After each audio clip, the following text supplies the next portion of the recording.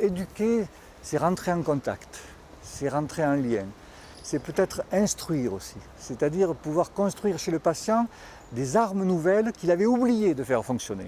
Il faut que le patient soit à chaque rencontre avec le médecin ou le soignant, qu'il comprenne, dans cette rencontre, qu'il comprenne tous les éléments, à la fois existentiels, donc psychosociologiques, à la fois comportemental, le corps qui évolue avec ses capacités et ses limites, et aussi la capacité fonctionnelle d'un bras qui a eu une névralgie cervico-brachiale ou une sciatique.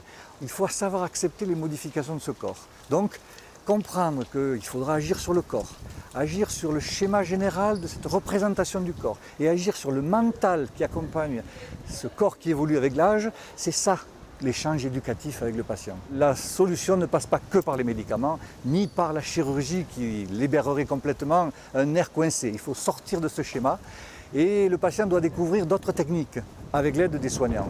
Ces techniques sont souvent les techniques de relaxation ou de systèmes de mentalisation actifs, comme la sophrologie, voire même des systèmes par l'imaginaire. C'est souvent les techniques d'hypnose et d'hypnoanalgésie. Mais parfois ce sont des techniques plus classiques comme des massages, mais massages relationnels, massages de proprioceptifs, des situations d'échange avec le patient qui ne relèvent pas de la kinésithérapie classique, mais aussi de prise en charge rééducative douce. Parfois il faudra aller vers des techniques un peu plus d'introspection, soutien psychologique dans la durée, et ainsi redonner au patient du courage pour aller vers ces techniques qui vont l'amener à une amélioration progressive, lente, mais certaine du vécu douloureux.